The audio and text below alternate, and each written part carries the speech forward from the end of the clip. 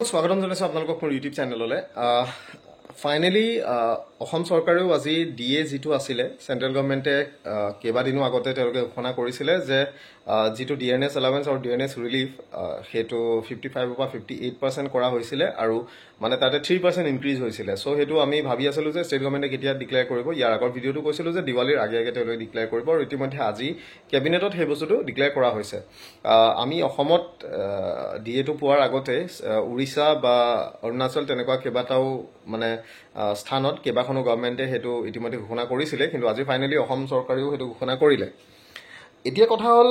salary কিমান বাঢ়িব salary চাওক বৰ বেছি নাবাঢ়ে আপোনালোকৰ 55%ৰ পৰা 58% হৈছে জাষ্ট 3% আপোনালোকৰ ডিএ ইনক্ৰিজ হৈছে চ' কিমান বাঢ়িব বহুত বেছি নাবাঢ়ে একেবাৰে নগণ্য আৰু যদি আপুনি গ্ৰেড 4 হয় দেন আপোনালোকে এক্সপেক্ট কৰক যে ফ্ৰম এৰাউণ্ড 400 to 800 900 তেনেকুৱা কিবা এটা বাঢ়িব গ্ৰেড 3 হ'লে আপোনালোকৰ 1200 1300 1500 তেনেকুৱা কিবা এটা বাঢ়িব গ্ৰেড 2 হ'লে এৰাউণ্ড 1800 গ্ৰেড 1 হ'লে ধৰি লওক 2200 2400 2500 আৰু ডিপেণ্ড অন আপোনালোকৰ কোনটো কিমান ইনক্ৰিমেণ্টত আপোনালোকৰ চেলাৰী চলি আছে সেইটোৰ ওপৰত ডিপেণ্ড কৰিব চ' যি কি নহওক বৰ বিশেষ তেনেকুৱা ধৰণৰ ডিফাৰেঞ্চ একো নাহে চেলাৰীত অকণমান কিবা এটা নগণ্য এটা ইনক্ৰিজ হয় যিটো নিউজবিলাকত বহুত বেছিকৈ দেখাই দিয়ে কিন্তু সিমান সচৰাচৰ তেনেকুৱা নাবাঢ়ে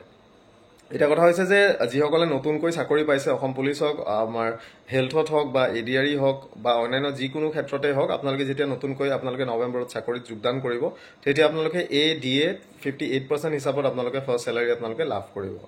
আৰু ফাৰ্ষ্ট চেলাৰী যেতিয়া লাভ কৰিব মই ইয়াতে কেইবাটাও বস্তু কৈ দিছোঁ যে গ্ৰেড 4খিনিয়ে আপোনালোকৰ এৰাউণ্ড ধৰি লওক 26,000 তেনেকুৱা আপোনালোকৰ গ্ৰছ চেলাৰী আপোনালোকৰ হ'ব গ্ৰেড 3খিনিৰ ধৰি লওক ডিপেণ্ড অন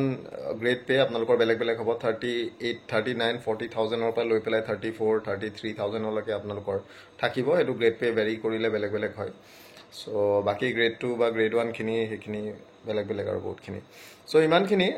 আজি কেবিনেটত কি কৈছিলে এইটো চাই লওঁ তাৰপিছত এটা মই ইম্পৰ্টেণ্ট বস্তু কৈ আছোঁ চাই ল'ব আজি যি অসম কেবিনেট আছিলে আজি 16 তাৰিখৰ অসম কেবিনেটখনত এটা ইম্পৰ্টেণ্ট ডিচিশ্যন লোৱা হৈছিলে সেইটো হৈছে যে বৰ্ধিত মৰুগীয়া বানচ অব্লিক সাহাৰ্য প্ৰদান অৰ্থাৎ ডিএনএছ এলাৱেঞ্চ আৰু ডিএনএছ ৰিলিফখিনি পেঞ্চনাৰসকলে পায় আৰু ডিএনএছ এলাৱেঞ্চখিনি চৰকাৰী কৰ্মচাৰীসকলে পায় চ' আপোনালোকে জানে যে ৰিচেণ্টলি চেণ্ট্ৰেল গভৰ্ণমেণ্টত সেইটো দিয়া হৈছে তাৰপিছত উৰিষ্যা গভৰ্ণমেণ্ট অৰুণাচল গভৰ্ণমেণ্টে তেওঁলোকে ডিক্লেয়াৰ কৰিলে আৰু আজি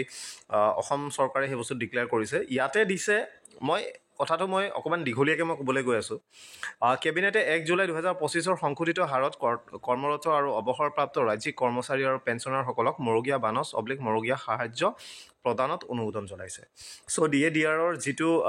মানে ইনক্ৰিজ আছিলে 3%ৰ যিটো ইনক্ৰিজ আছিলে ফ্ৰম 55% to 58% চ' সেইটো ষ্টেট গভৰ্ণমেণ্টে আমাৰ অসম গভৰ্ণমেণ্টে সেইটো মানে এপ্ৰুভ কৰিছে আৰু এইটো মই যোৱাবাৰ ভিডিঅ' বনাওঁতেও কৈছিলোঁ যোৱা এসপ্তাহৰ ওপৰ হ'ল যে দিৱালীৰ আগত দিব চ' এইটো ইতিমধ্যে ঘোষণা কৰি দিছে অক্টোবৰ মাহৰ 58% সংশোধিত মৰুগীয়া বানচ মৰুগীয়া সাহাৰ্য 2025 চনৰ নৱেম্বৰৰ পৰা পৰিশোধ কৰা হ'ব আৰু জুলাইৰ পৰা 3 মাহৰ বকেয়া সমান কিস্তিত পৰিশোধ কৰা হ'ব চ' এতিয়া কথা হৈছে যে যিটো 58% আপোনালোকে মানে চেলাৰীত আপোনালোকৰ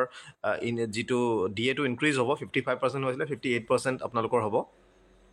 চ' অক্টোবৰ মাহৰ যিটো চেলাৰী সেইটো চেলাৰীত আপোনালোকৰ 55ৰ জেগাত 58% আপোনালোকে নতুন ডিএ হিচাপত আপোনালোকে চেলাৰী পাব আৰু যিটো বাকী থকা আপোনালোকৰ তিনি মাহ আপোনালোকৰ আছিলে জুলাই আগষ্ট ছেপ্টেম্বৰ 3 মাহৰ যিটো আপোনালোকৰ 58%ৰ কাৰণে 55ৰ পৰা 58 অৰ্থাৎ 3%ৰ যিটো আপোনালোকৰ এডিশ্যনেল ইনক্ৰিজ ইন চেলাৰী সেইটো আপোনালোকে তিনিটা কিস্তিত আপোনালোকে এৰিয়াৰ হিচাপে পাব অ'কে তিনিটা কিস্তিত তেওঁলোকে দিব এটা কিস্তিত তেওঁলোকে দিব নোৱাৰে সেইটো ক্লিয়াৰলি তেওঁলোকে বস্তুটো কৈছে এতিয়া কথা হ'ল যে আপোনালোকে দেখিলে ডিএটো তেওঁলোকে এনাউন্স কৰিলে আৰু প্ৰেজেণ্টলি যিটো অক্টোবৰ মাহৰ যিটো চেলাৰী সেইটোত আপোনালোকৰ 58% ডিএ লগাই পেলাই আপোনালোকে নৱেম্বৰত চেলাৰী পাব কিন্তু বাকী যি 3 মাহ জুলাই আগষ্ট ছেপ্টেম্বৰ 3 মাহৰ যিটো এৰিয়াৰ দিব বুলি কৈছে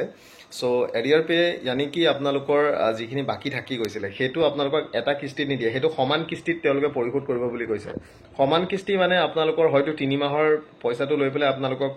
দুটা কিস্তিটো দিব পাৰে বা একমাহকে আপোনালোকক তিনিটা কিস্তিটো পইচা দিব পাৰে চ' বৰ্তমান সময় আমি যোৱা 2 বছৰমানৰ পৰা আমি দেখি আহিছোঁ যে যিকোনো এৰিয়াৰ হওক তেনেকুৱা ধৰণৰ বস্তুবিলাক চৰকাৰে কিস্তিত পৰিশোধ কৰিবলৈ লৈছে আৰু এইটো একেবাৰে ভাল লক্ষণ নহয় আজি লাখ কোটি টকা চৰকাৰে শ কোটি টকা চৰকাৰে খৰচ কৰি আছে প্ৰগ্ৰেম পাতিছে কিবা পাতিছে বহুখিনি বস্তু তেওঁলোকে কৰি আছে তাত তেওঁলোকে শ কোটি টকা তেওঁলোকে খৰচ কৰিছে কিন্তু যিখিনি কৰ্মচাৰী একচুৱেলি তেওঁলোকৰ এই গোটেই স্কিমবিলাক তেওঁলোকৰ ইমপ্লিমেণ্ট কৰি আছে গোটেই স্কিমবিলাক তেওঁলোকৰ কামবিলাক কৰি আছে তেওঁলোকে খালি স্কিমটো তেওঁলোকে দিয়ে কিন্তু একচুৱেলি কাম কোনে কৰে ফিল্ড লেভেল যিখিনি এমপ্লয়িজ আছে সেই মানুহখিনিয়ে কামখিনি কৰে কিন্তু আজি চৰকাৰী কৰ্মচাৰীখিনি তেওঁলোকে যিটো দিয়ে আছে সেইটো সাধাৰণ পইচা এটা সেইটো কিমান হ'ব বেছি 70 কোটি 80 কোটি 90 কোটি টকা কিবা এটা হ'ব তো সেই পইচাটো তেওঁলোকে এটা ইনষ্টলমেণ্টত দিবলৈ তেওঁলোকৰ সক্ষমতা নাই আৰু এই সক্ষমতা কি কাৰণে নাই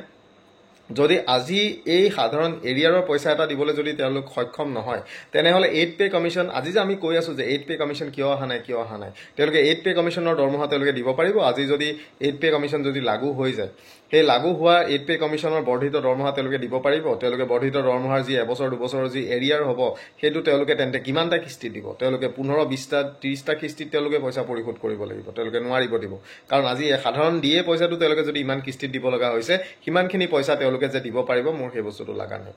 সো এই বস্তুটো এটা সিৰিয়াসলি আজিলৈকে কোনো সেই বস্তুটো মানে ফিল কৰা নাই বা কোনো সেই বস্তুটো লৈ পেলাই কোনো ধৰণৰ প্ৰশ্ন উত্থাপন কৰা মই দেখা নাই কোনো কৰ্মচাৰী পৰিষদ হওক বা কোনো ধৰণৰ বেলেগ নিউজ চেনেল হওক কোনো ধৰণৰ মানুহক পৰা মই এনেকুৱা ধৰণৰ এটা প্ৰশ্ন মই দেখা নাই যে কি কাৰণে এনেকুৱা ধৰণৰ এটা সাধাৰণ পইচা এটা সাধাৰণ এৰিয়াৰৰ পইচা এটা যিটো কৰ্মচাৰী প্ৰাপ্য হয় সেই বস্তুটো তেওঁলোকে কি কাৰণে আজি কিস্তিত দি থাকিব লগা হৈছে বা কি কাৰণে তেওঁলোকে এটা সিঙ্গল ইনষ্টলমেণ্টত তেওঁলোকে পইচাটো দিব নোৱাৰে বিত্তীয় সংকট হৈছে নে তেওঁলোকৰ দিবলৈ মন নাই কি কাৰণে সেই বস্তুটো প্ৰশ্নটো নিশ্চিতভাৱে উঠাব লাগে কাৰণ আগন্তুক দিনত 8 পে কমিশন আহি আছে আৰু হেতু আনিব লাগিবই আৰু 8 পে কমিশন আহা লগে লগে হেতু এটা ডাঙৰ প্ৰশ্ন হৈ যাব আজি সাধাৰণ দিয়ে এটা যদি চৰকাৰে যদি দিবলৈ সক্ষম তেওঁলোক নহয় 8 পে কমিশনৰ ইমান বৰ্ধিত দৰমহা তেওঁলোকে দিব পাৰিব আৰু যদি দিয়ে তেওঁলোকৰ যিটো আমাৰ যেটো 26ত হেতু কোনো পদ্ধতি ইমপ্লিমেন্ট নহয় সো এক বছৰৰে আমি ধৰিলো এক বছৰৰে যদি মানে এৰিয়া দিব লগা হয় হেতু বহুতখিনি পইচা হ'ব প্ৰত্যেকজন এমপ্লয়ৰ ক্ষেত্ৰত হেতু কিমানটা এৰিয়াৰত তেওঁলোকে দিব এটো এটা কিন্তু ডাঙৰ এটা প্ৰশ্ন সো এই বস্তুবিলাক অলপ সিৰিয়াসলি ল'ব হ'ল আৰু যিমানখিনি কৰ্মচাৰী পৰিষদ আছে আপোনালোকক মই স্পষ্টভাৱে কৈছো আপোনালোকে এই বস্তুবিলাক লৈ পেলাই অলপমান মানে চিন্তা চৰ্চা আপোনালোকে কৰক আৰু আমাৰ লগতো কথাবিলাক পাতিব আৰু ভালদৰে পুনৰবাৰ কৈছো চিন্তা চৰ্চা কৰক এই বস্তুবিলাক কাৰণ এটো বহুত মানে এটা চিন্তনীয় বিষয় সো ইমানে যি কি নহক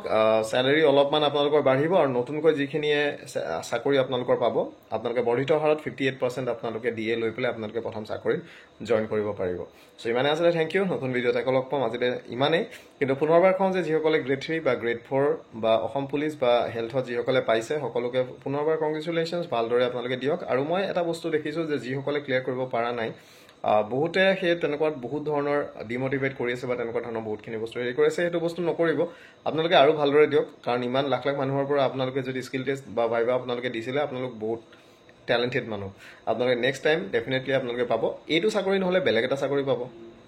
সো সেন্ট্ৰেলৰো বহুতখিনি ওলাই বেংকিং সেক্টৰটো বহুতখিনি ওলাই আপোনালোক ইমানখিনি লাখ লাখ মানুহৰ পৰা যদি ইমানটো পৰীক্ষা আপোনালোকে অতিক্ৰম কৰি যদি ইমানখিনি আহিব পাৰিছে দেন ডেফিনেটলি সেইখিনি আপোনালোকে পাৰিব এটা বস্তুৱে নিজকে কৈ থাকিব যে মই কেলে নোৱাৰিম মই ডেফিনেটলি পাৰিম আজি মই পাৰা নাই এই বছৰটো মই পাৰা নাই অহা বছৰটো মই পাৰিম অহা বছৰ নোৱাৰিলে তাৰ নেক্সট বছৰটো মই পাৰিম সেই বস্তুটো আপোনালোকে মনত লৈ পেলাই প্ৰিপেয়াৰ কৰি থাকক ভালদৰে পৰীক্ষা দিয়ক আৰু যিদিনা চাকৰি পাব কমেন্ট এটা দিব যে মই আজি পালো ইমান দিনৰ পিছত থ্যাংক ইউ